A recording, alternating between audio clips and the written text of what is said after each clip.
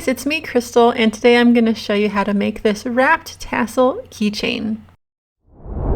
I'm starting with some 15-inch long pieces of macrame string and just some cotton yarn I have. And you'll want your bundle of macrame string to be about 3/4 of an inch to an inch in thickness.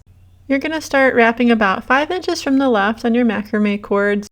And I'm just holding my 3 pieces of yarn together, and I'm going to tie half of a knot right here, where I'm going to start wrapping. Not a full knot, just half of a knot like that.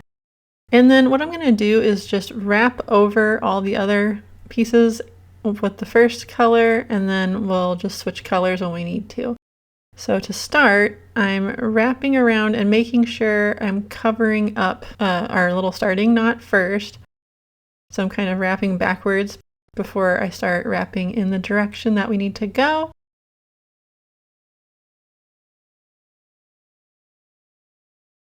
Then you're just going to continue wrapping until it's as long as you want, and I went for about 1.5 inches before I changed colors. And just make sure there's no gaps and keep all your wraps really nice and neat.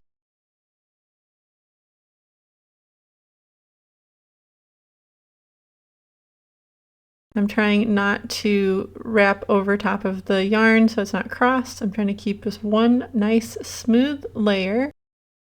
So here we go. Now I'm ready to change colors. So I'm going to grab this blue here, and I'm going to wrap it over and then bring the light blue that I was wrapping with into the bundle, and then just start wrapping with the new color. And this will make a pretty seamless transition. It's easier to get a good transition like this than with tying a knot every time you switch colors. And then I did go ahead and cut my yarn that I already used since I'm done with it, and it kind of keeps it from getting all tangled up with the other yarns too bad. And then you're just going to continue, and I'm just doing like a color block type of design.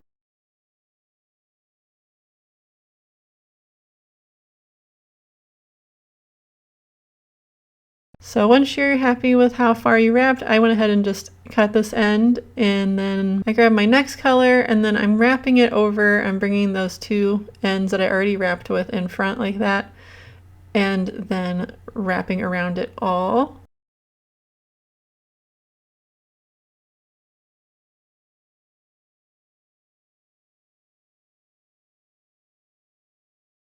I'm trying to get it as seamless as possible. And continue on.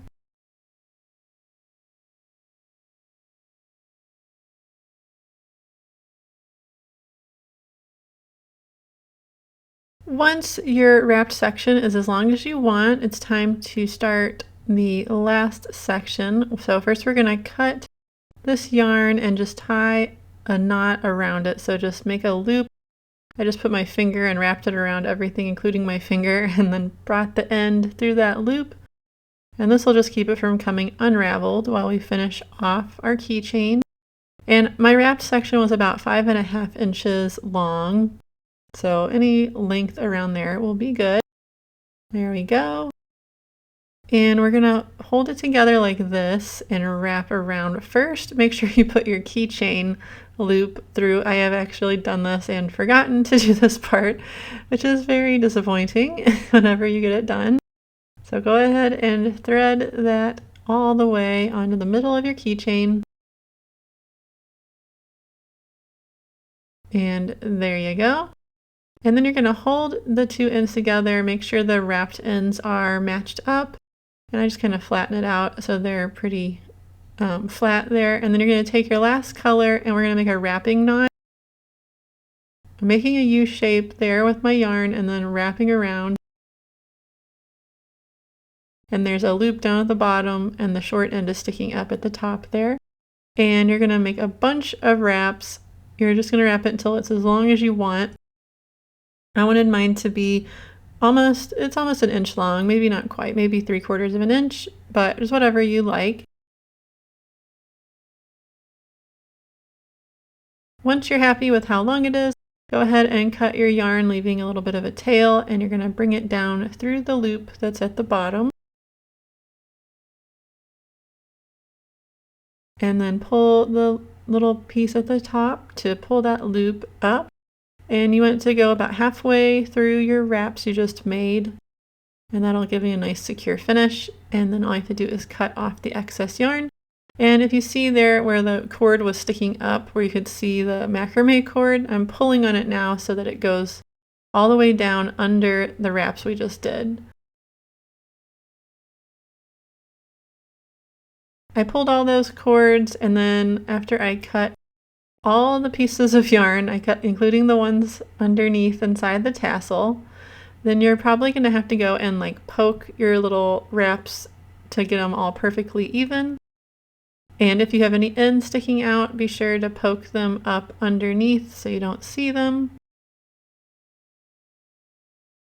And then if you have some kind of a tool, like I have my loom knitting hook here, and I'm just straightening out all the wraps. So once you're happy with it, now you can cut your fringe so that it's nice and even.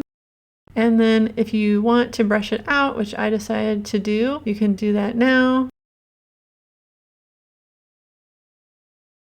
Just give it a good brush. I didn't use any stiffening spray or anything like that. Give it another trim and your keychain is complete. I hope you enjoyed this tutorial, and if you did, please leave a like, comment, and be sure to subscribe so you don't miss any of my future videos. Thanks for watching!